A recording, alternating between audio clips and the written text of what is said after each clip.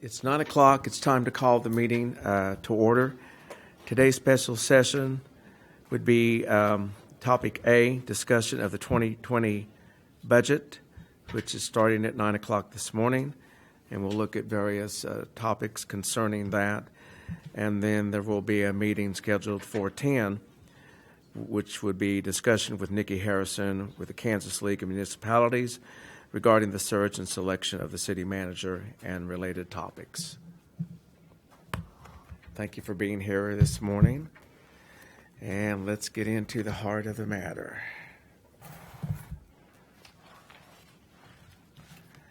I had sent you a question, Lacey, and you've already responded it to me, but it was a transfer of $671,953 from the wastewater fund, and then there was a $100,000 transfer from the sanitation fund, which is to cover the reimbursable salaries.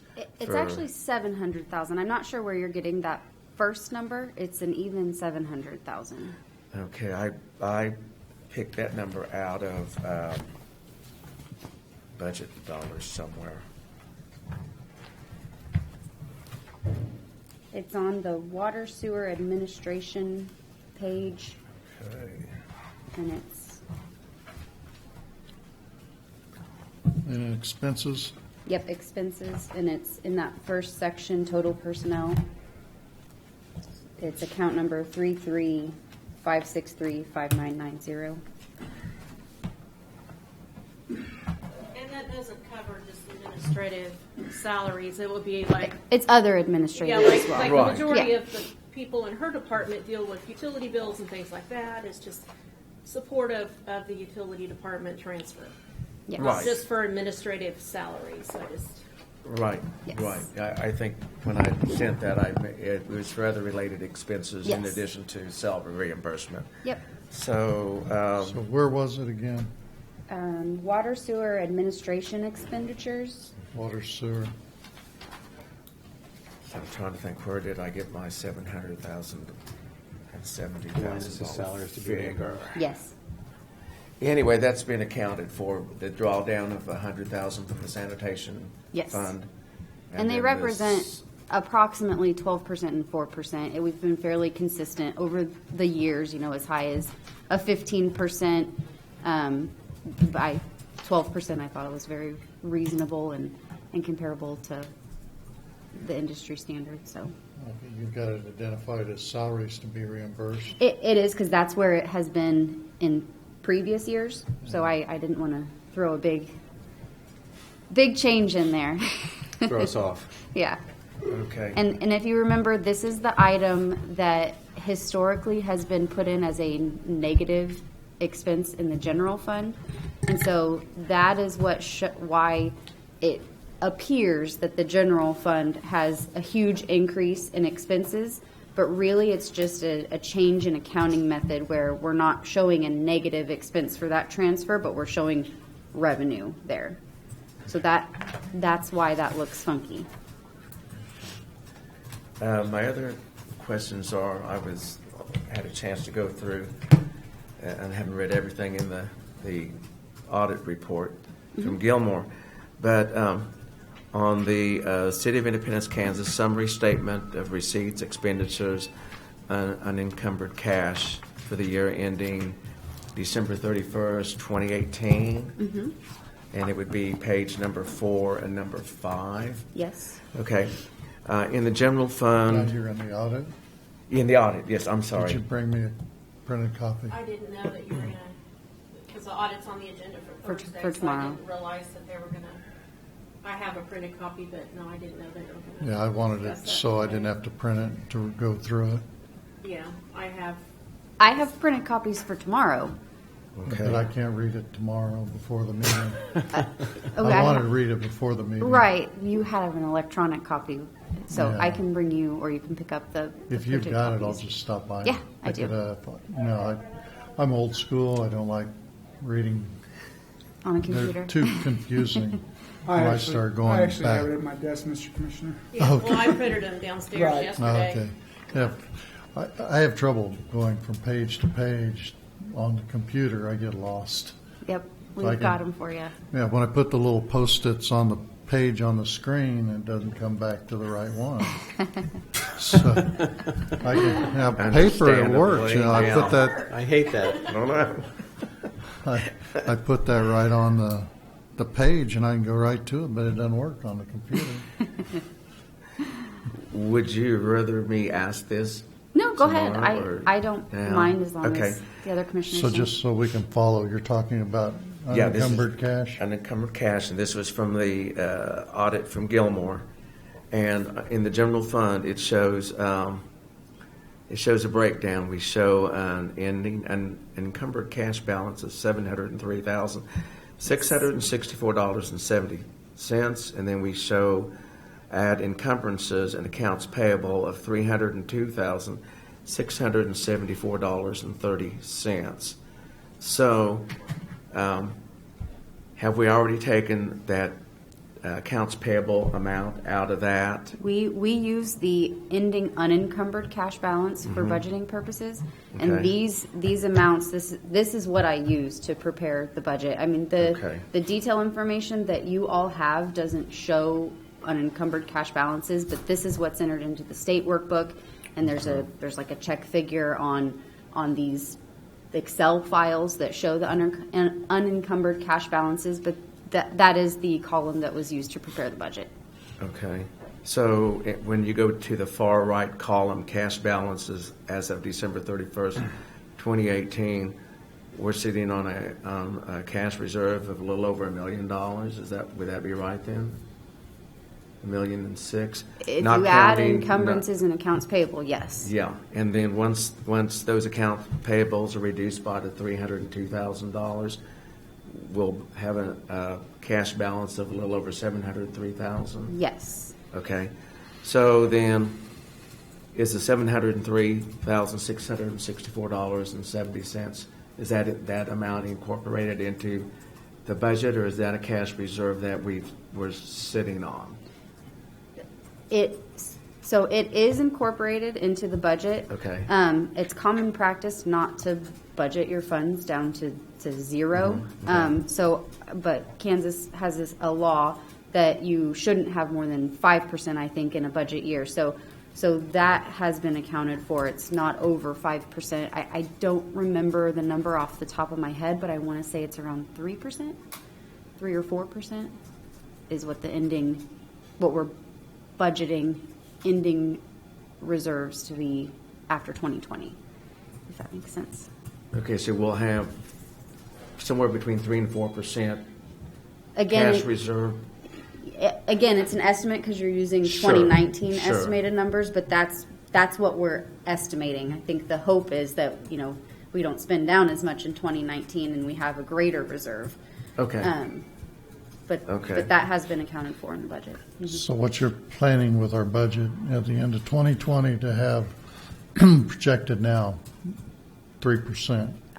Don't in hold me to reserve. the 3% No, number, I but understand. yes, it's under 5%. Yeah. Yeah. Okay. So, okay. I know it's going to vary because of spending. Could be more. Yes. Could be less. Yes. But that's what you're trying to project is when we end the year 2020, we'll have 3% cash reserve to start 2021. Yes. And this year, let's see, the ending of this year, it's still projected. The 700,000 was what we started 2019 Yes. with an unencumbered cash reserve. Yes. Okay. Yes. And then this year, it's yet to be determined. Correct. Okay. So 2020 will vary depending on how much too we end this year. Right. You're using estimated numbers, Sure. so it's an estimate. It's the tool you use for Right. budgeting purposes. Right. Okay. And then my other questions concern the transfers. We've answered the one about reimbursable salaries and other administrative expenses already at the beginning of the meeting. And then I had a question about which will come up in Thursday's meeting, the Blue Cross and Blue Shield renewal. And there was a reduction, I think, of 12.89% in Sounds in the right. cost, 13 something, okay, in the plan, and that netted a reduction of expenses, a little over $152,000. So when I asked a question about that, as to what the savings, where would that transfer into? And if I remember right, let me think here a minute. I don't know if you got my response on this. I said did. I'm trying to remember what. we the rest have of an it. increased funding for streets this year, so I would argue that the projected savings, any savings I could find, basically, I tried to put into streets or economic development. Right. So that would be my answer to that. And I think I also emailed you and said it's not going to be a dollar for dollar, save 152 here, move all 152,000 here, because our plan year is from September 1st to August 31st. Right. So they could increase our rate 13% next year, and so we have to have some reserve there to cover the last 4 months of the next year. Okay. And this may not be a related question. The 3% that we're looking to maintain as a cash balance at the end of the year, and maybe I'm thinking, maybe my thinking's not right, which is highly possible. That will carry over for us to fund January and February of the following year, because there's a lag in the tax assessments that are collected on December the 20th. So there's a lag of us getting money from the county. So that cash reserve will tide us over until we get money from Montgomery County. Is that? Yes. Do I have an understanding? Yep. That's correct? Yes. Okay, gotcha. My other questions were the transfers of funds, and you've given us a sheet here, a summary of transfers, and okay. The first one, this is related to the 1916 City Hall. Okay, 430,000 is of the special use sales tax. The 165,000 was. That's the remaining balance in the Memorial Hall tax credit fund. Okay, that's what I thought, and I wasn't sure. And it is the entire remaining balance, so we will be designating all of those funds for for 1916 City Hall. Okay. And as far as there are no other tax credits from the other two, quality of life, the aquatic center and the library. Those were those tax credits divided up in three portions, one for the library, one for the Memorial Hall, and one for the aquatic center, or these were specific just to the Memorial Hall? Was the one that got the tax credit? Separate. You're thinking quality of life projects, which was Well, funded from sales tax. And then the Memorial Hall tax credits were generated from work that was done in this building that qualified for tax credits. That's what the tax credits that was the work that was done here. Those So were that's generated separate. just from this, has nothing to do with the quality of life projects. The That's a renovation of separate this thing. building. The Yes. renovation, okay.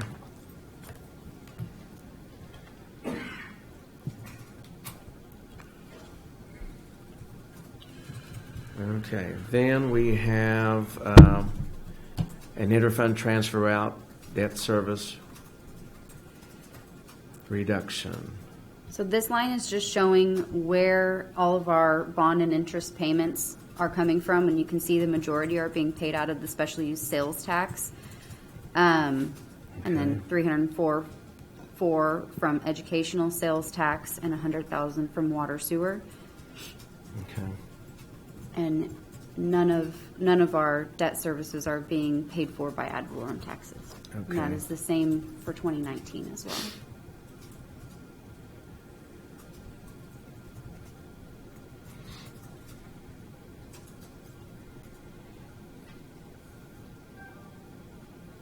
Okay. And then we've got I see the 5 mills to capital reserve And special improvements, that was a total of $311,377. And we know what the breakdown is as to how the 5 mills to the capital reserve, how that is being used. And then we have a $500,000 transfer from Water and Sewer Administration of $500,000, and that's set up as a capital reserve. So that would be to cover, like I said, if I'm wrong, correct me.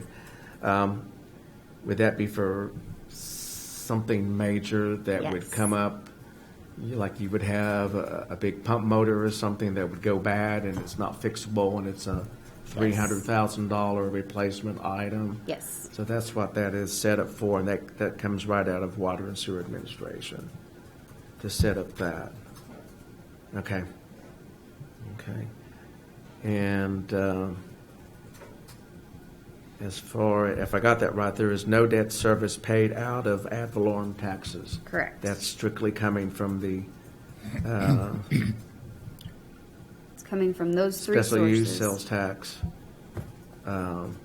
educational sales tax, and water and sewer. Yes. Okay. And there's approximately, I want to say, $4,000 in fund balance that's already, left over in the bond and interest fund, that's making up the difference. I think the total bond and interest payments are like 1.24 million, and this, if you looked just on here, it's 1.1.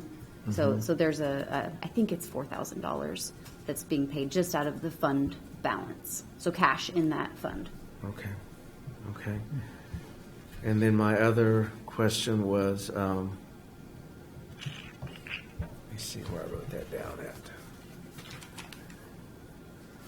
I tell you what, gentlemen, if you have questions, go ahead, and I'll try to find where I wrote that down at. I'm not going to hold up the progress while I try to find something. Larry, you got anything? Yeah, the 700,000 that's shown on general fund support, that's from water sewer. Correct. And the last year's number was And- 670,000, and this year's 700. And then the reserve is in addition. That's totally separate, that you're trying to build a plan of reserve in water and sewer. Correct. Okay.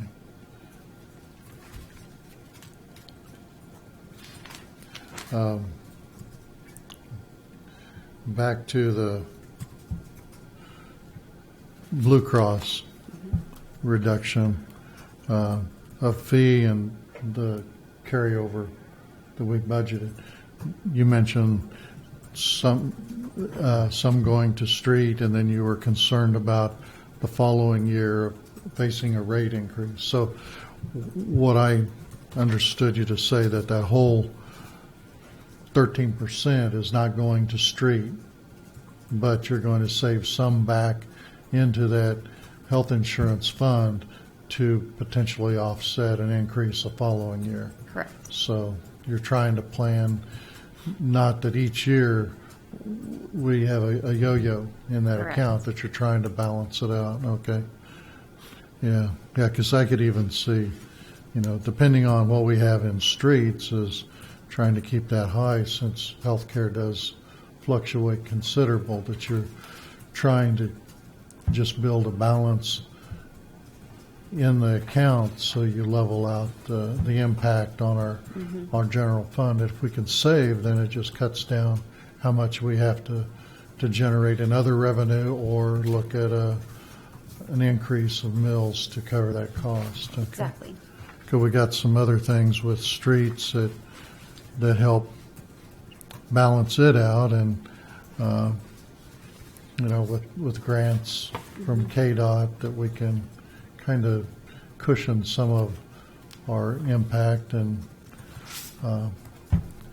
it's we need to have a continuous mill and overlay project for residential streets, but it doesn't make sense to put us in a bind tax-wise to get too aggressive on that. So, yeah, and I think that's a good idea, to try and keep as much there that we can even out our health insurance.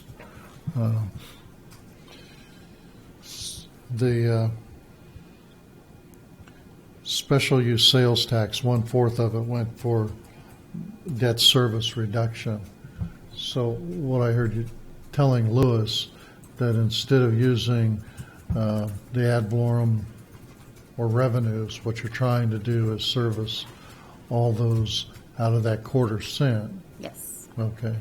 So again, that cuts down on what we would need to generate for a debt service on mill levy increase. And did I understand you say that for that 1/4 cent, we're like $4,000 under what's projected to be the revenue for that 1/4 cent?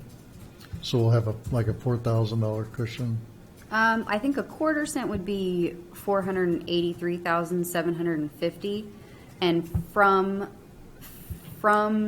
special use sales tax, I have budgeted 714,750 for debt services. So it's over a quarter. It's over the 1/4 cent,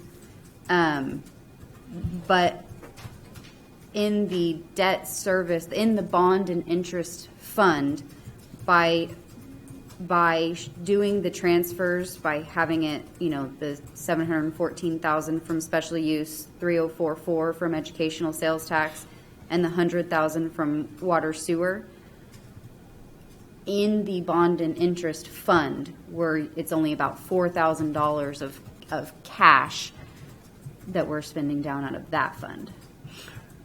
So not necessarily a quarter, $4,000 over the 1/4%, but $4,000 over what I'm budgeting as transfers, if that makes sense. And the educational sales tax, that goes out to the school district, correct? The remaining quarter, or the remaining 1%, yes, goes to the school. Okay. So our debt service is a year is what, 800,000? 818,000, I would say.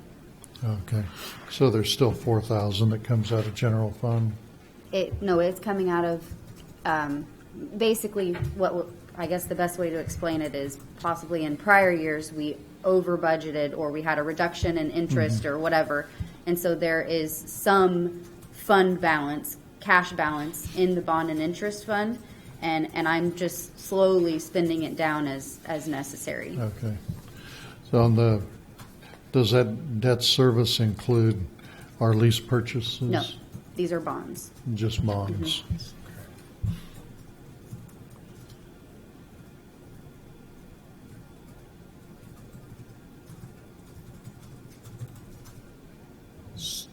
So a vehicle for police department comes out of general fund, since police department's funded by general fund. A sanitation truck comes out of sanitation fees. Vehicles for water sewer comes out of water sewer fund. Most likely, if for example, if it was originally budgeted out of the 5 mills, then I think that the payments would then come out of the 5 mills. So it's wherever that original funding source is from. Yeah. But the 5 mil wouldn't help fund a sanitation truck or a vehicle for water sewer? No. Or the airport? I don't think. Let me double check on the airport. Because the airport's an industrial fund also. Right. Well, not technically. Like if you look in our audit, it's not shown in there. But we operate it like it is. So it's questionable on the airport. But I mean, I know I didn't budget anything this year. Yeah,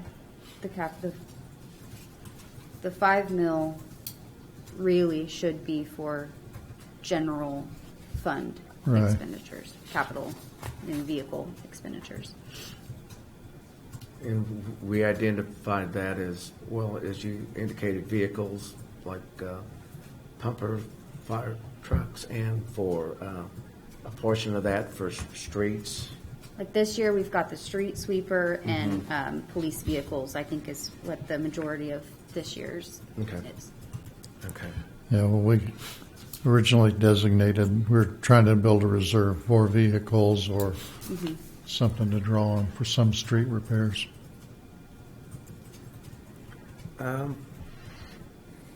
What are we allocating for 2020 for as far as total street money dedicated for streets?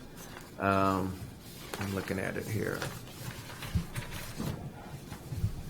So if you look on the last page of This this handout? capital, yes. Okay. The total $2 million that it shows in the streets is streets and ADA related to streets, so you'd have to Okay. take out the,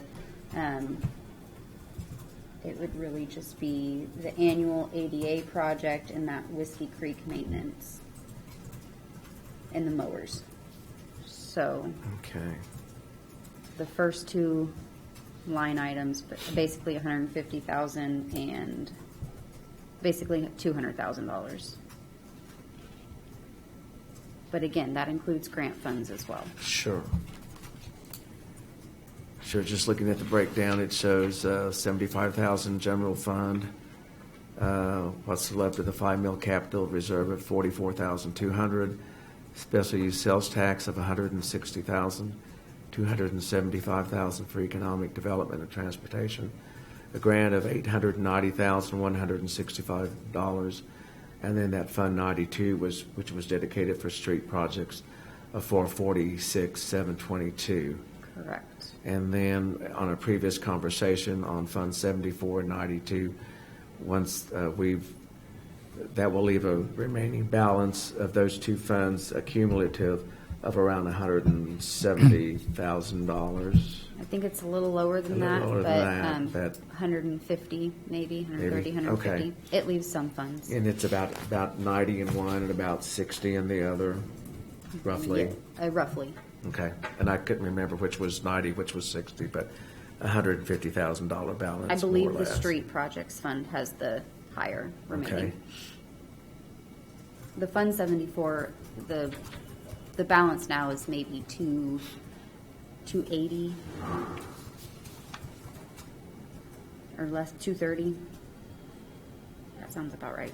230,000. Okay.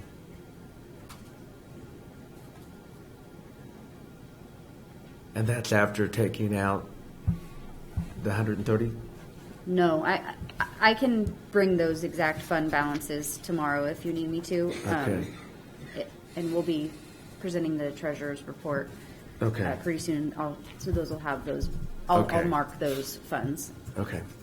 Okay. And then on your preparation of the audit figures that you used, as far as starting balances, you did use the summary from the ending cash balance of December 31st, 2018. That's what you based your Yes. documents on? Okay. Yes. Your figures on, okay. My other question really didn't, I'm curious about this street light electricity in the amount of $155,000. And I've been away too long from it. Is that based on a flat fee for so many lights? I'm trying to, I don't Depends remember. on the lumen. There's The size different for rate wattage. structure based on the lumens or Lumens. something at the lights. Right. And where the lights are, whenever a light is added, then we amend the street light agreement. Now, they have changed those out to LED, so there should be a cost savings to Westar, and Craig did, Okay. before he left, had been emailing Westar saying, are you going to give us a reduction because of that? And to my knowledge, we haven't received a response. That was my question. If that was a contract that was negotiated every so many years. It wasn't really negotiated. They just have a fee structure based Okay. on the brightness of the light, and when a street light is added, and it comes to the commission to do that, I always get the estimate from Westar what that cost is going to be and how much that's going to add to our agreement. Right. And that's provided at that time. Okay. We haven't had any for quite some time added, but Okay. that's what we had done in the past. Well, it appears like Westar has changed out all their lighting fixtures to LEDs. Correct. So there should be, I'm curious to see what the reduction looks like in the cost of electricity. Like I said, they didn't respond, and we Okay. don't actually pay the electric cost. We just pay a fee. Right. So I will respond back to them and ask them if we can get a response to that. But Yeah. It's more like a rental fee, basically, though. Yeah, because and they it also cover- covers maintenance because they Yeah. maintain them. And the We do fact not is, those maintain new them. fixtures are very expensive compared to the old ones. So Yes, I'm and guessing so- they're not thinking of giving us a reduction. But Well, and they may not, but if Yeah. that's the case, then they could just tell us that. you would think the mayor could get us a friends and family discount, though. Since he spent his whole career there. Yes. No comment. That would probably cost you more if you indicated I was tied to that. I kind of wondered because they are a higher expense. I thought that, curious as what the response was because it covers replacement of the light, Right. the eye, the pole. The pole's bad. There's a lot of other costs that go into that they maintain. I don't know if the that. LEDs So, have a longer lifespan than the other lights. They do. say they do, There's a lot of but- factors. But like I said, time will tell whether that's going to be a 10-year light fixture or not. Right. So, okay, that was what my other question was on that. I'd say there's a curve, like you say, the fixtures are more expensive. Replacement cost, labor is 1-to-1. Right. But imagine they've got to recover their cost, and then eventually it will be saving them money. But, to go in and replace all the downtown or a big area, their cost is going to be greater. So, but hopefully in 3 to 5 years, we'll be seeing a reduction. Well, theoretically. Theoretically. Believe it when I see it. Yeah.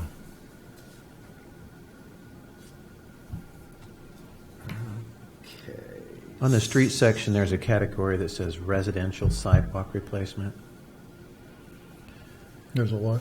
A category that says residential sidewalk replacement. Yes. And I'm always curious as to why we have a category for residential sidewalk but not other sidewalks. We've debated a sidewalk thing recently downtown, and there are a group of us that are really trying to revitalize the downtown. And I know in the past we've made deals with people who are willing to invest a lot of money. Kelly could probably speak to this better. But the city used to help pay for new sidewalks in front of a building where somebody's making a large investment, as I remember it. Was it? Yeah, what we had done in past years is it was a 75-25% split. That's what I thought. And 75% city, 25% property owner, and then they could also assess that on the taxes for the property owner over a period of years, so it wasn't just something they had to come up with in 1 year. And I believe that's how they did the streetscape project also. The last one I remember us doing that was over in front of when Karen Chisholm had the secondhand store over there by where the brewery is, that piece of sidewalk. We did that deal with her. That's the last one I remember. I'll have to research the minutes and I can get that information to you, but that's what we had done previously. I just, it feels like, I know that last time we said we didn't want to keep beating the ADA rabbit to death or something like that, but if we have ADA concerns downtown with the sidewalks and we have sidewalks that are crumbling, I keep feeling like we should be seeing more of a plan to replace some of those in some measured fashion. I mean, obviously we don't want to tackle the whole thing at once, but there's some sidewalks in really bad shape downtown.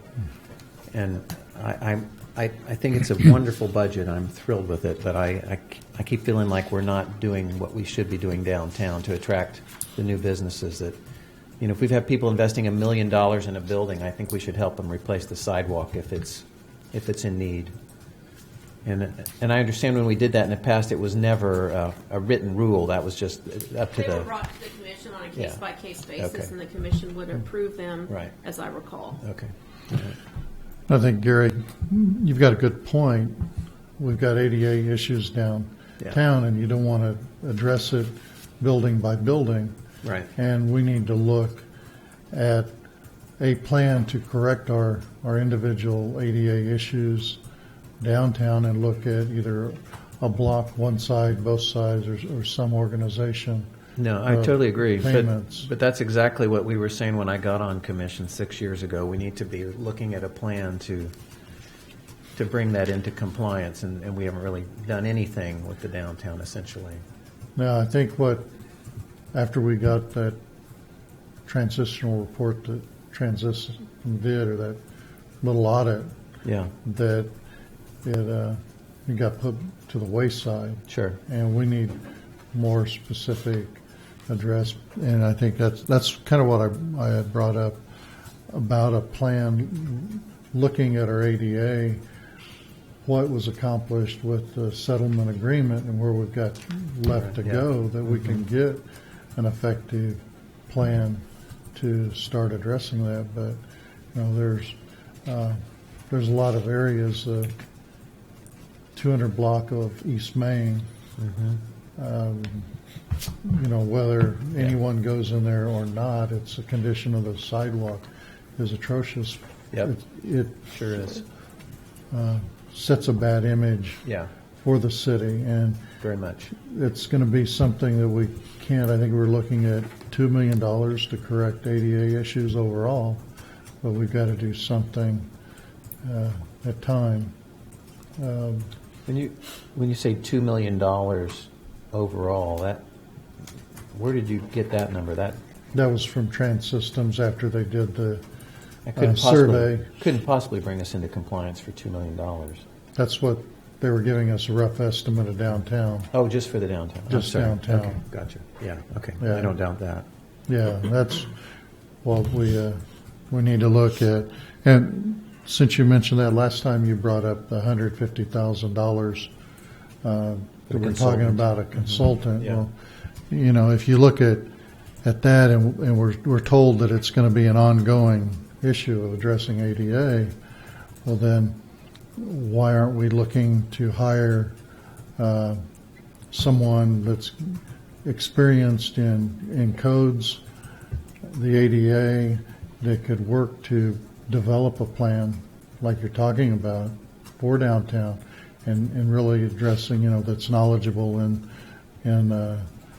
the areas both, that we could smooth out that condition. We could look at a policy, instead of a verbal policy. What is our question? When you look at the city ordinances on downtown sidewalks, it reads that the building owner is responsible.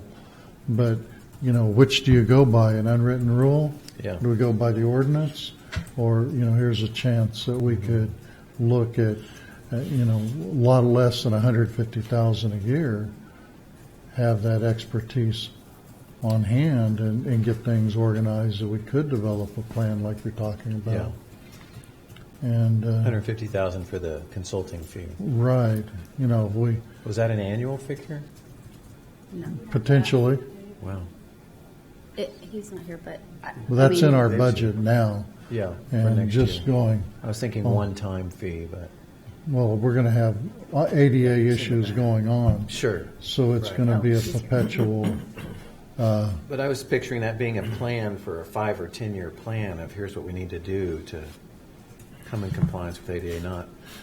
Well, we've had, since the settlement agreement, we've been paying consultants Yeah, continually for Right. ADA interpretation. sure. So, True. we've been doing that basically now. If you go look through appropriations, how many times it's been earmarked as ADA consulting. So, Yeah. we're at the point that we could be saving money by getting that talent in-house. And, we talk about partnering with the other towns. Maybe we could, That's a great idea. by what we have, then work a deal that the county, the city, other cities could utilize our service that maybe we could benefit from too. But Absolutely. I just, I'm reminded by every time we have visitors from out of town, they remind us how beautiful our downtown is compared to other small towns. And we have some people now that are willing to invest large sums of money in it. And I would love to see that downtown absolutely revived and having 1,000 visitors a day in 5 years. And I think it's doable. It's a beautiful downtown. And so I just want to keep that in mind, that it's going to take some work to get it back to where it's really the shining gem that it could be. And the ADA issues are a problem since the streetscape was done in '97. It was to be in compliant then. Right. And since it wasn't, now we're open to. Yeah. But that only Correct. caught maybe half of the downtown, too. No, the streetscape did Main and Penn Avenue. That's what I'm saying. It didn't do 8th Street, it didn't do 6th Street, and those are in really bad shape. And it didn't do all of Main. So, No, it ended short. yeah. Yeah. So, Yeah, and that's what, setting the parameters of where we feel that is critical. okay. My other questions are, with the flood-related issues, and insurance picked up the costs on the wall station.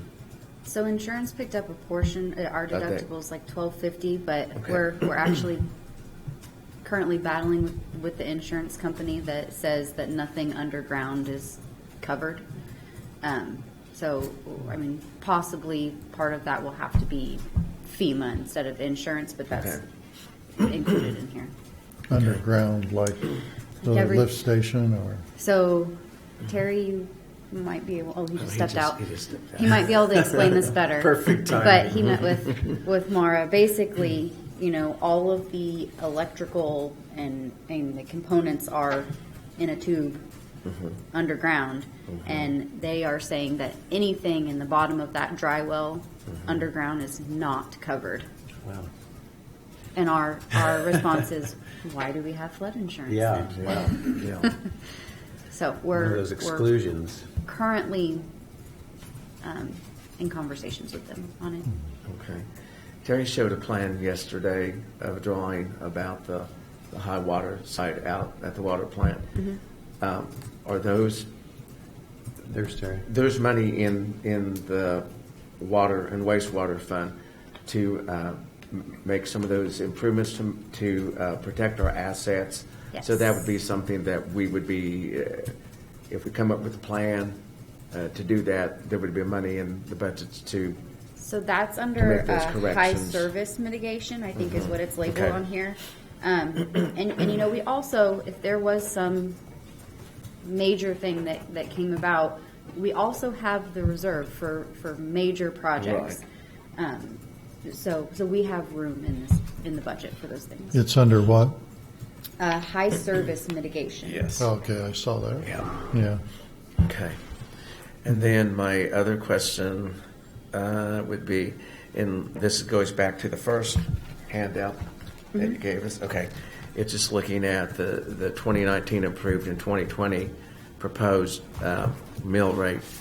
And the general fund, we've gone from 35.147 to 32.624. So I've looked at the amounts here, but we do have increase in mill support from 12.218 to 15.618 for the employee benefits. So what's the where is that additional? That amounts to roughly 155,000. Would that be right? So you're asking why? Yeah, why are we there's a three. switching? Yeah. I might have to give you a best answer. Might have to research a little Okay. bit, but I mean, Okay. generally, you could say it's possibly over or underestimating costs in the employee benefit fund Okay. in a year. We have to have some of that cash balance. So that's my my general answer is we need to make sure in the employee benefit fund that we have enough cash reserve to operate, going forward. And this is a catch-up, a switch and a change in the mills to catch up on that reserve.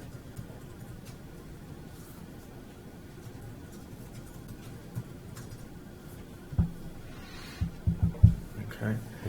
And then basically we are, the proposed tax levy for 2020 is identical to what the approved tax levy for 2019. Yes. At $2,599,539.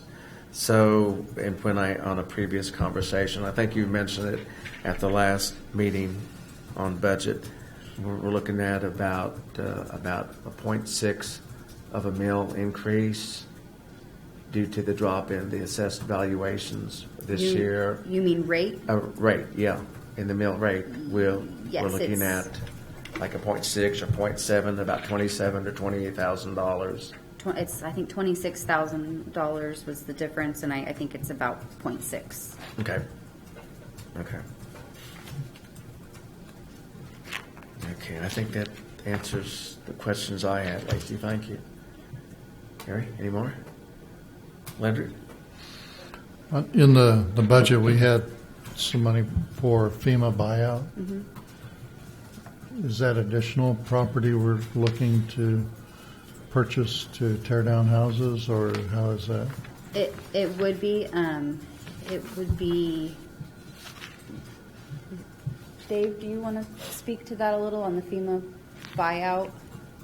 If He it's does. viable? I mean, I'll put you under. He's under the dying gun. to. FEMA buyout. We, Commissioner Kaflish, we have I think a couple five. houses, five Five, houses we've identified. One just down the block on the corner from you. From me? Yeah, on 10th Street that sits right there on the northeast corner, right there where the water was at, that was completely surrounded. That one continually gets flooded, and the owner is interested in a potential buyout. And we have 3 on Sycamore Street that continually get water in the basement and full that are potentially interested in buyout. But this is working with Lacey and FEMA, and we'll see if it comes together or not. So just water in the basement, none in the first floor or the living area? Right. The basements continue to get flooded, and the people are tired of having to relocate till the water goes down. And the state's urged us to take them out. So, because it's continually costing them money through the flood insurance program. Do they have garage doors in the back? All of them have doors. If you look down on Sycamore, Yeah. you can walk on the backside and they have Right. doors that get into the basement. I think one of them has a garage down there. So they can't close the garage door? No, the or water change? it usually rises in these last floods was 5 to 6 feet Okay, and completely flooded them out. yeah, So okay. those are about the 5 we're really interested Yeah. in. Okay. But And, I and think- in my talks with them, it's very up in the air still Yeah, on if, sure. if we'll even receive assistance. yeah, so I mean, Now, Talk with FEMA. there is a problem when Kelly and I were looking at one of the maps she drew up. It looks like the boundary on South 10th is, it showed the flood went up to Walnut Street. Well, that was done by the county for us. We gave them Mike Conway's map and tried to hand draw it quickly because we were needing it because we were in the crisis. And so, yeah, it needs to be adjusted, and we haven't gotten that adjusted yet. Yeah. I have an appointment with Ann later this month, and I'll talk to her. That showed your house being flooded. Wow. Yeah. Yeah. Good to know. So yeah, we'll get that corrected. Like I said, that was something she did quickly Yeah. for us when we were in the emergency. I gave her the CAD map that Mike had done previously, and so we'll get that corrected. I don't think it got up to your intersection 07, but I don't think it No. took your house. No, the map showed it going a block Right. north. Yeah, and I think you're right. It should Yeah. stop right there at Poplar. Yeah, Yeah. we found some other areas in the southeast part that had went further But the problem is the CAD maps are hand-drawn maps, so they don't match up with the aerials because they're not exact. And so, she was just doing the best she could in a quick situation Yeah. to try to help us out. Yeah. And so, we'll get that corrected. That's why your gas got you. That's Okay, that explains that. needs to double check the whole thing just to make sure there aren't They any can't afford to buy my errors. house. So, Okay. remind me what our next step is on this process and what date we have to have it completed and on the budget process. Well, we have to, tomorrow we will be setting the date for the public Public hearing. Okay. And once that is published in the paper, we can't go higher. We can always reduce costs, but we're kind of locked in at a max. Okay. So we will discuss this again tomorrow.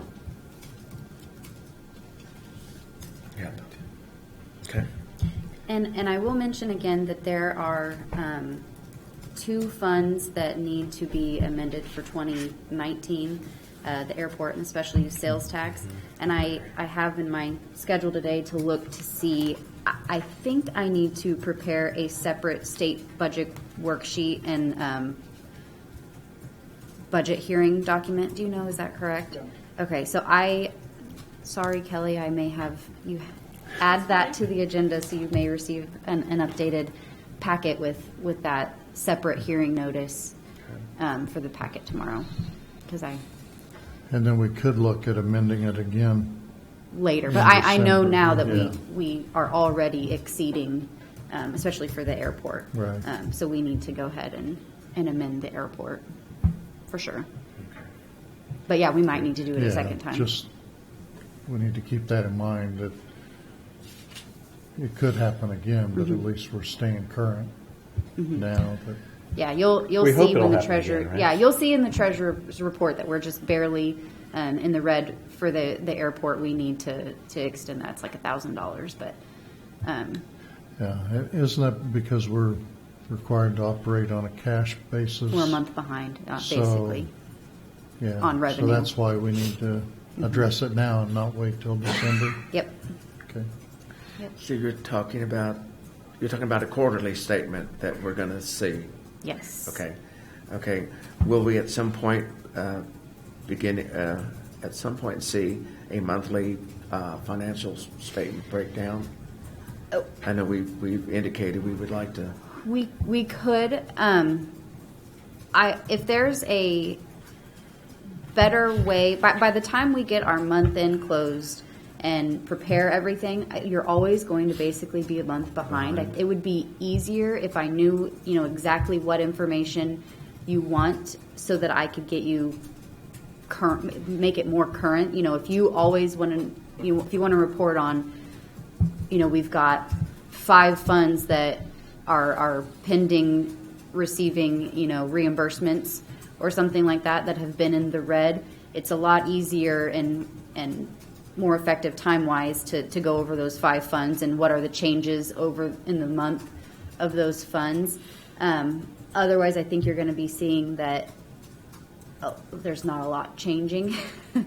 And part of it is because we're always going to be a month behind. And so, then you wait one more month for that quarter, basically. But I can definitely update as funds come in for the funds that are in the red, as we receive those reimbursements, to update you on that. I mean, even, for example, the quarterly report that you're going to see hopefully tomorrow, if I get time today to review it. I know that there are 2 funds that still show in the red, but we, just in the last week or 2, I've received emails that checks have been cut or things like that, but it's not going to show because, again, it's a month behind. Right. So, Okay. All right. Well, maybe that's something we can.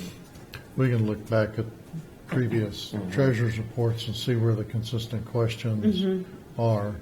And then tailor it that we stay current. on those, that would be my suggestion. I mean, I have no problem. There's also, a financial statement that I can just print from Encode, but I don't know how how helpful that will be. You know, Well, why don't you print that sample that we could look at to see Yeah, I what can. that would be? Now we'll know what you're talking about. Then we could go from there. Yeah, this is, add this, take this out, or no, we're not even considering any of that. But you could give it to us to look at, and we can use that as a guide, and also then we can look back at the previous to see what was consistent. The deficits in the account definitely were is what is concerning, right? so. Do your journal entries typically, are they all done by before the first commission meeting? The problem is, we've got all of these closings that don't necessarily, our timing doesn't coincide with commission meetings, so I could print a report one day and then our journal entries might be mid the next week. So the information I'd give you wouldn't really be relevant. But it would be close. It would be close to Well, it would let be us. potentially missing quite a few journal entries. Could be misleading. Right. It could be very misleading. And you But could if tell us that. you can try and do them before the first. Okay. Yeah, it might just be a simple fix on our end to Okay. be faster. Okay. And I think we're kind of aware too, the way things happen, just like a construction project, when the contractor sends in their application for payment, work is still going on, so the pay application has to represent a cutoff date for that, and we still know that there's still transactions going on. So I think the same with the treasurer's report. We consider it accurate at that point of the date on the report, and we're not. Right. We know that there's still activity going on, but at least it gives us an idea where we are. Yeah. Up to David and I that will day. take a look at Yeah. those financial reports that are easier because they're just kind of a go in and print what's in the system type of report. So yeah. Okay. Great. Any other questions? You good? Well, I'm not good. You're not good, but yeah, you're good for now I've anyway. been told other things. I'll join the club. There's a line. How about you? Good for All now. right, then my favorite part of the meeting, I make a motion that. Well, Oh, no. sorry. This is just, we can recess. We just until- recess and then come back at 10. Because this is all one meeting. All one meeting. That's right. Yeah. Have we seen Yes. Nikki? Oh, I didn't know it was that late. 2 minutes are critical at times. Do we have Yeah, her? you may So need we a 2-minute recess. Can we? Do we have her cell number? Can we adjourn for 2 minutes? We'll take a break for 2 minutes or Mr. whatever. Mayor, I don't do see you- Nikki. Do you have her cell number? See if she's close or. Cell number 2. Well, she should be. Second She's level. not out in the hall, is she? I told her. I don't know. Veterans Room, Memorial Hall, the address. Okay, it's 10:25, and we're going to officially resume the meeting. We have Nikki Harrison here with the League of Kansas Municipalities, and she's going to give us some information concerning our search, recruitment for our new city manager. Nikki, welcome to Independence. I'm glad to have you here this morning. Thank you, and again, I apologize to everybody for being late. I did attempt to call. I believe everybody here is familiar with the league. I'm not quite sure if you guys have all had the pleasure of knowing what we do, but we're basically an association for cities, and we provide a variety of services just at a much better rate usually, and we're dedicated. That's all we do as cities. So we're extremely well qualified to know what cities are needing, what they're looking for, and what will serve them best. I have provided a proposal, which I did previously send, but I also provided a copy of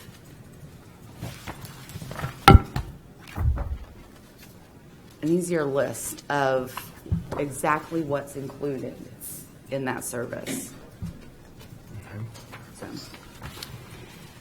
So what we do is we keep up with what's happening with city management, administrators and managers across the state, We are the number one resource for them also. We also are affiliated with the Kansas Association of City and County Managers. So we're very familiar with what managers do, what cities need from them, and what makes a good manager. So we have done the search for you guys before. So in that, I was also a part of that process, so I'm very, very familiar with Independence and some of the struggles that you've had and your strengths. So we think we can focus very well on what you guys need and hope to be able to help you find that. Two of us worked with you last time. Yep. So can you review kind of the steps? Absolutely. The first thing that we do is a survey to determine what your characteristics for your candidate will be.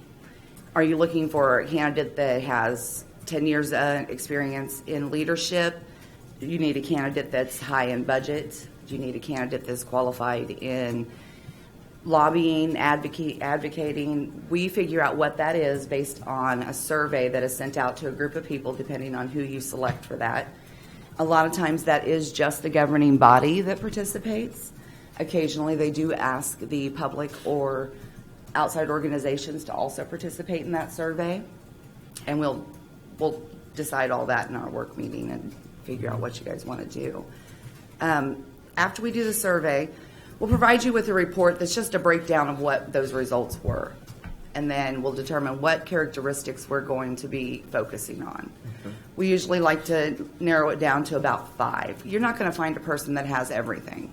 Sure. So we want to hit what's most important. We'll try to categorize that, and then those characteristics are used throughout the process. We'll build an ad based on that. We build a community profile based on that. We build our ranking system based on those characteristics. And then we will, after we provide all that, you guys approve it. We place all that for you. You don't have to mess with any of it. We collect all of the resumes. We do a ranking. We have 4 professionals in our office. It usually consists of an attorney, myself, human resources, and another top-level executive, whoever's available at the time, will participate in the ranking. So there are 4 of us that individually rank every resume that comes through based on those characteristics. We provide you with a report. We don't leave anybody out. You just see them listed as this is how they fell in that ranking based on your characteristics. And then you'll determine who you're interested in looking at further. And then depending on what process you decide on, we either do a written interview for that selected group, or we move straight to the first interview, which we usually recommend you guys do by Skype. It saves everybody time and money. If that's not what you decide to do, then we'll bring everybody in and you'll meet them. And again, just as a normal interview process, you'll narrow that field down and move on to your final candidates. Last time when we had the on-site interviews, we had several different groups meet with them. Is that something that you helped set up last time? We also offer what we call meet and greet, where you can do it all at once. You can do it broken down depending on your committees or your stakeholders, how you've decided to label that. And we have the candidates come in. They get to meet those groups. Those groups get to have a few minutes just to interact with them. It's not a really formal process because the whole idea is to figure out a little more about the person, not necessarily, you're not looking at their skills at that time, you're more looking at their personality. How are they going to fit in? What do they think of your city and what do they know about your city? Things like that. Right. And then after that, for you guys, we did comment cards, so everybody had an opportunity to turn in their opinion of their interaction with that candidate. And then we provided you with the results of those. And again, you got to see everything. We don't eliminate any information. We just simply package it in a way that is easier to go through and ranked based on the qualifications we decided in the very beginning of the process. And then from there, final interview usually is the commission, the governing body, and you guys are usually and they're with just the candidate, and kind of get to ask them your questions and decide who you want to pick. Last time, we had tons of people apply. 47. I still have the book here. And but I really appreciated the way that you grouped them into, the very, very strong candidates, the second tier, and then some that just were kind of notional, I've managed a grocery store, so I'm sure I can manage a city kind of thing. But I thought this was really, really valuable information. Now, as I remember, Leonard, jump in if I'm saying something wrong here, but it seems like there was one that we were interested in, a few of them, 3 or 4 that we thought were much stronger than the others. And then at the last minute, one of them had just accepted a job somewhere else. So I'm assuming that's pretty common, that they're all looking at other cities, and other cities are hiring now. Do you have any idea how many other cities we're competing with right now for this talent pool? I can tell you that I am currently contracted with 4 cities, and there are 3 additional openings that I'm aware of that I am not contracted to do. Okay. There are also 2 county openings, and that also can take away from your candidate Sure. pool. And a few other openings in positions such as executive directors of planning commissions and councils or associations that could also pull a few candidates from your pool. It is a long process. It typically takes 60 to 90 days to complete. That does depend on what elements you add in. The meet and greet adds time. On-site interviews for the first interview adds time. Just depends on what we select. I try to keep up with which candidates are applying to multiple cities, and I will try to inform you if I'm aware of that. But yes, it is very common. Most managers that are moving, they're leaving for a variety of reasons, but the top reasons is they would like to move up to a larger city and expand their skills and knowledge. So there is a lot of movement within the state. Gotcha. Yes, and we did have a candidate last time that you were interested in that did just accept a position, and I tried to notify everybody right away. But you post the ads outside of the state of Kansas also, don't you? We do. We post nationally, regionally, and state. Yeah, we have a lot of out-of-state candidates. 60 to 90 days. So, I don't know. We're saying August, September, October. Maybe by the end of October we could have a new person in place. And keep in mind that many candidates have to offer more than 2 weeks' notice Sure. in this type of position. Right. So that could play a role in how long that will be. Okay, so the 60 to 90 days maybe to get our decision made, but That is typically the process time. Okay. They would not be starting right away. So Typically. Yes, Yeah. typically you do have to allow a little time for them to give notice. Right, okay. And Last time, what do we have? Was it 9 months? 9 months? What was 9 months? The whole process? Surely not. I don't have the exact dates, but Oh, I yeah. think it was about 80 to 90 days. We went through a normal process the last time. Just seemed like 9 months maybe. I don't know how From long January to June, January 1 to June, that you were without a management. A manager. 6 months. yeah. 9 months to have a baby, I know that, but I don't. Same thing. Not the same thing.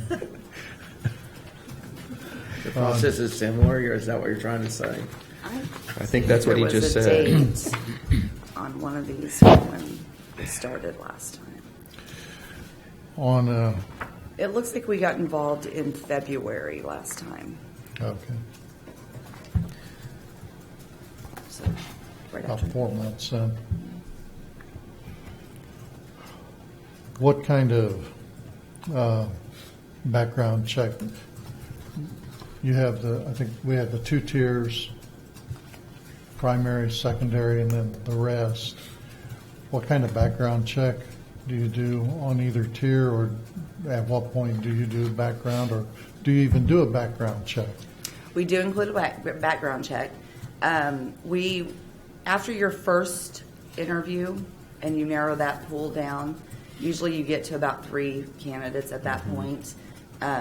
That's when I start to do a preliminary background check, a screening of public records. That's what we do internally. Then we get release from the candidate, and we send it to an external company that does national, and they do all of the districts and the states. They do for criminal. We have a whole list of it, but I can provide you with a full list of everything that's checked for. We do a third-party company that provides the full background screening, and then we do the public search. And that's on the final candidate, or on the 3? We'll do it on your last set of candidates, so that you'll have the majority of that information is usually in before you go into that final interview.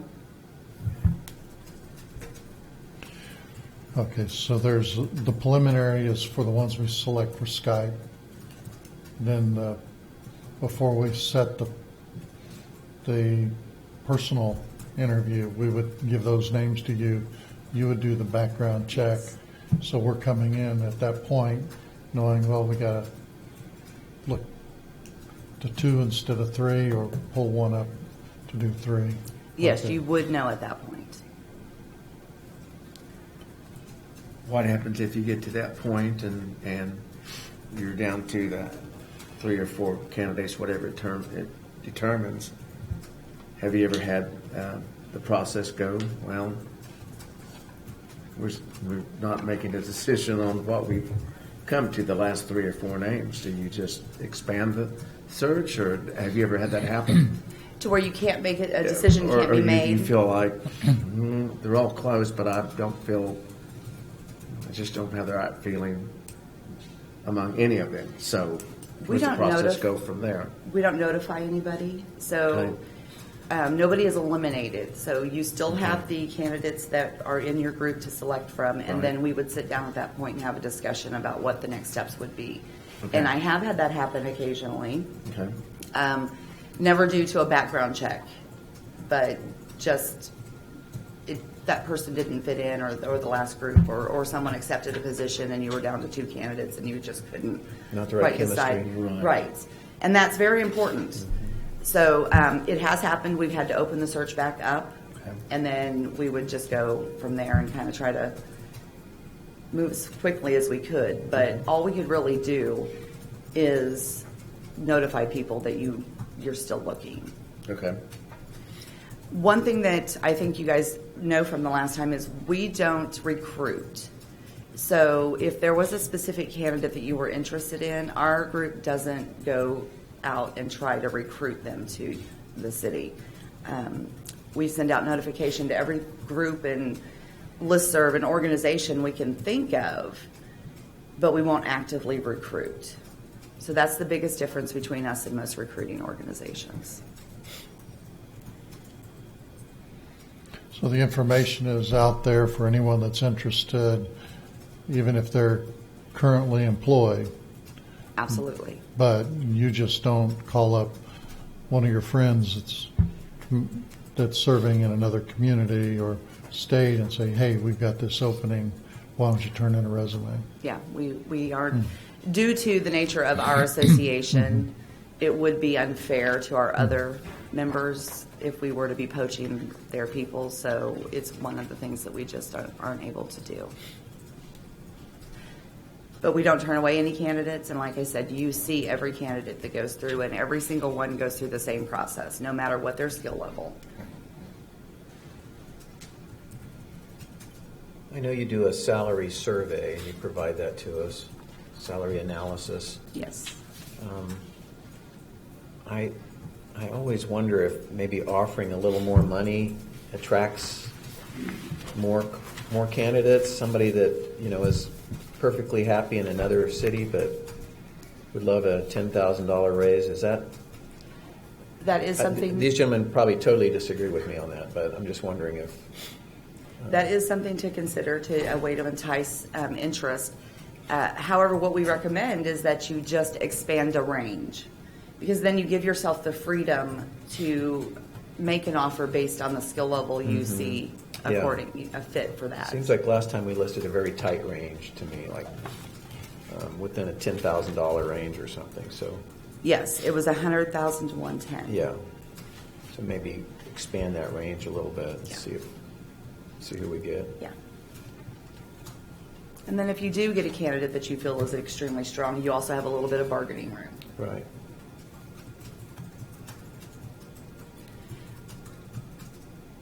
The hardest part of this process is the very last step, and that is the negotiations. And that is up to you. You guys are responsible for negotiating any sort of contract or arrangement with a new candidate. And that is the hardest part. Closing the deal. That's the hardest part. So we do as much as we can to get you there, but that is the toughest piece, is just getting that agreement in place. And the negotiation is just left up to us commissioners. It is. We will provide guidance. We have many experts in our office including attorneys, that would be more than happy to speak with you if you had any specific questions or just needed some guidance.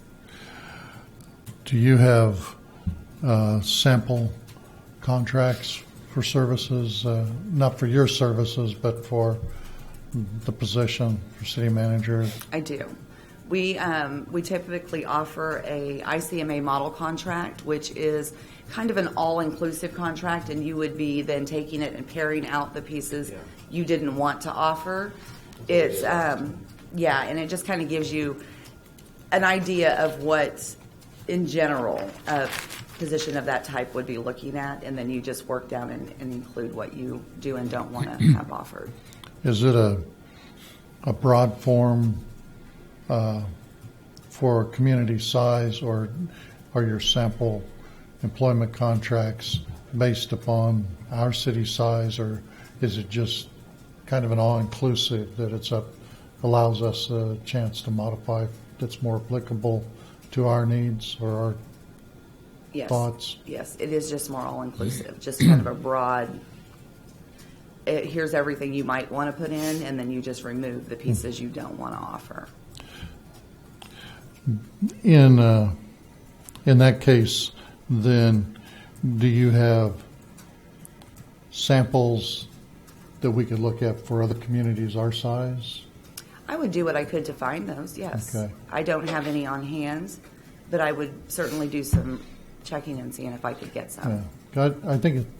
I like the broad picture contract, so we get the big picture, but then, like Gary, you're talking about that salary range, if we saw contracts in similar communities or above and below, then it kind of lets us know then what some of the other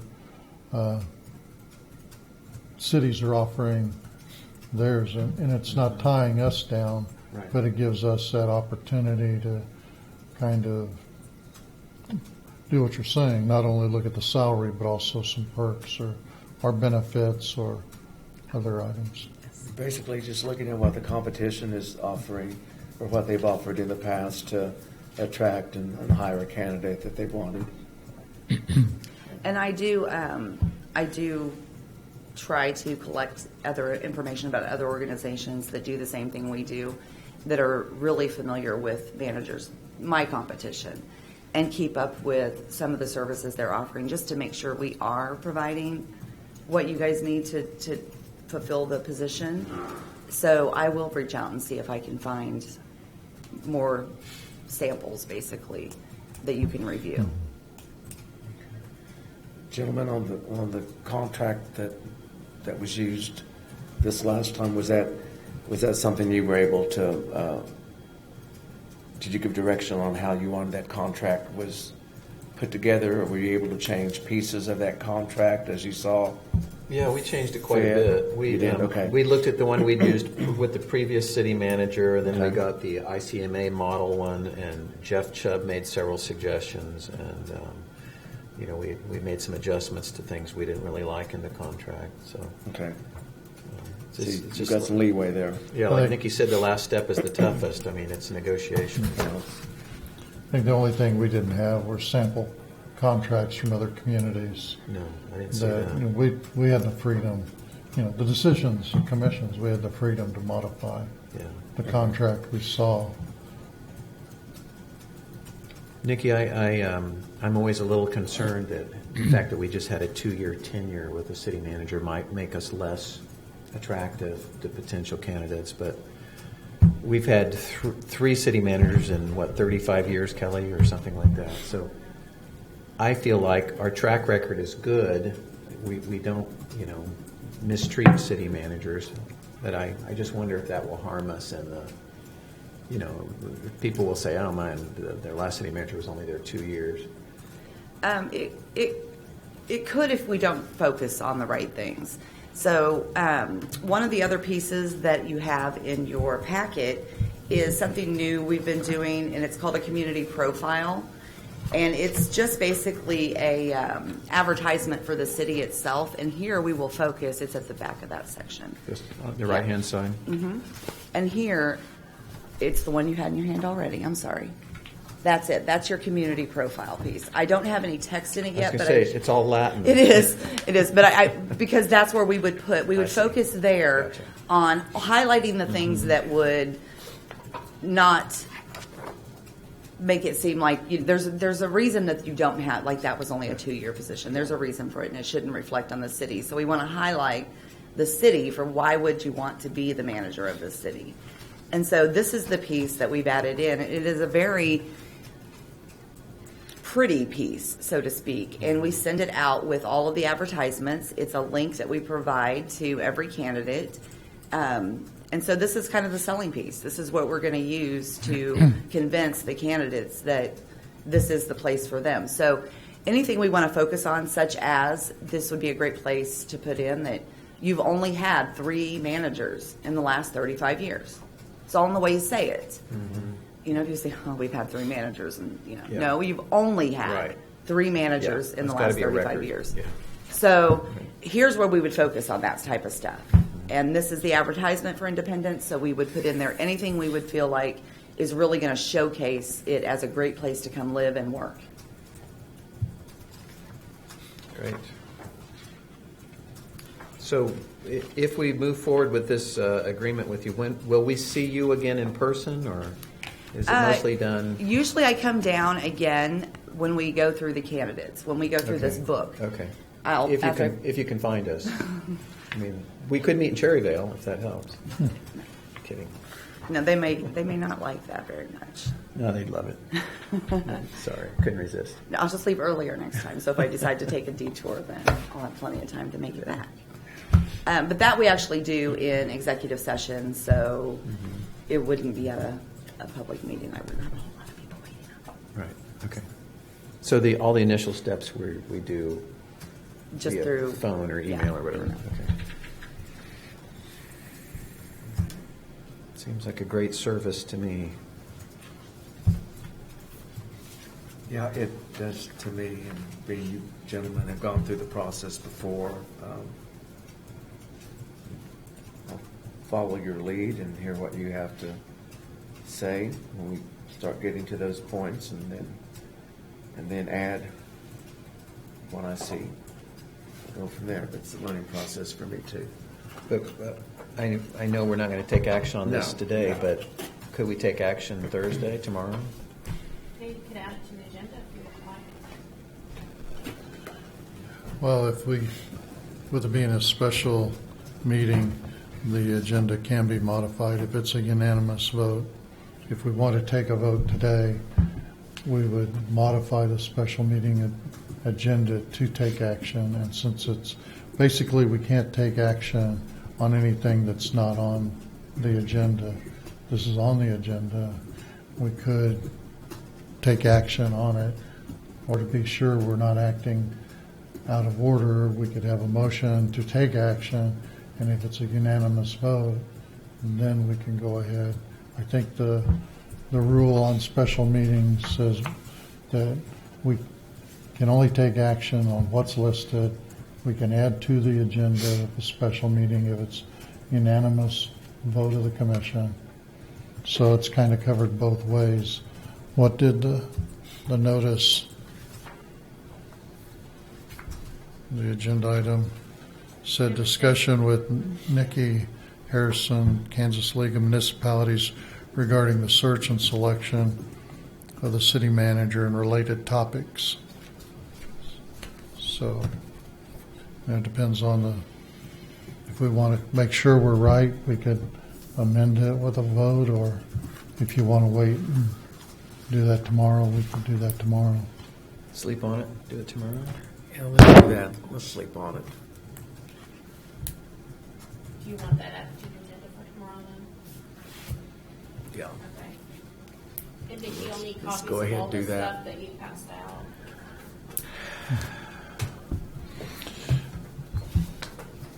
Do you want me to email it to you? Yes, that would be perfect. And the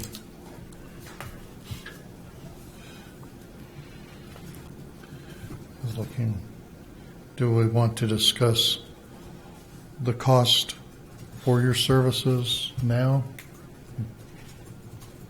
It's okay with me. Yeah. Yep. Let's Okay. bring that out front. It is might as well. on that folded copy. The one in the back of yours here, this thing here. Thank you. And I think it's on page 4. And you'll see there it says base price, and then it lists below it some additional options to upgrade. Your meet and greets are included if that's a separate thing on that one.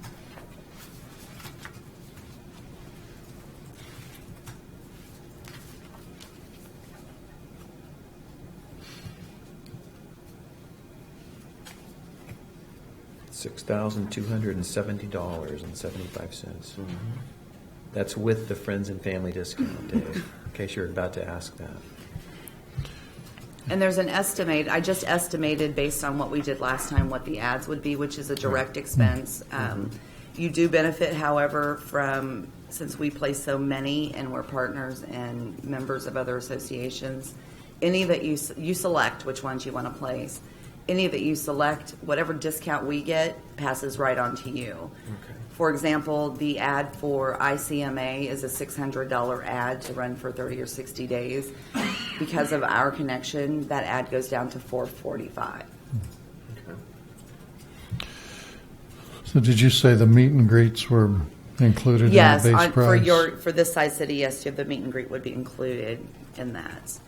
If you wanted, one additional service that we've begun to offer is we will send staff up to help on site with the interview process and make sure everything's going how it's supposed to go.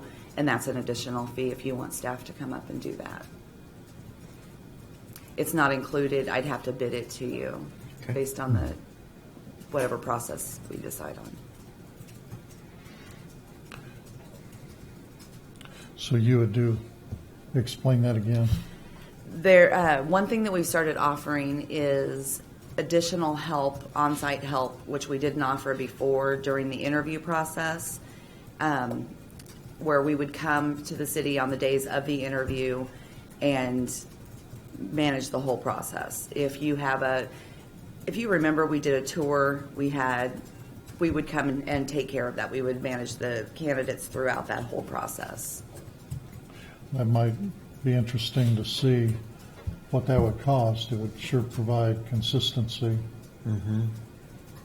through that portion. Yeah, we weren't real consistent last time. Yeah. Okay, I will put that together and send it over. So what we could do, I guess, look at the base price, accept that, and acknowledge that there could be two amendments to the contract, one for advertising and one for this other. We can Yeah. just amend the contract after we Yes. get the base started. Okay. That sounds like a good plan. And the way our contract is written, when it comes to the advertising, it's just an agreement that you pay direct expenses. We can provide you with copies of the bills if you'd like. So we don't usually have to make an amendment to the contract for that. Okay. Yeah, Lacey will want documentation on every penny you spend. And that base price also includes the background checks. There's no additional cost. It for includes those. 2 background checks. back- If you did 5 candidates, you would be billed at direct cost for anything above those 2. But 2 is included.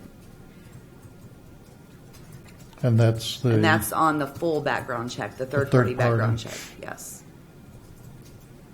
And the one other thing that would want to note is on the program, the brochure there, it says that second option, or might be the first one, I don't see it in front of me, but that says for the meet and greets, that option is for on-site meet and greets. You guys have just regular meet and greets where I'd do all the facilitation, but I wouldn't actually come to it. That's included in yours. Okay.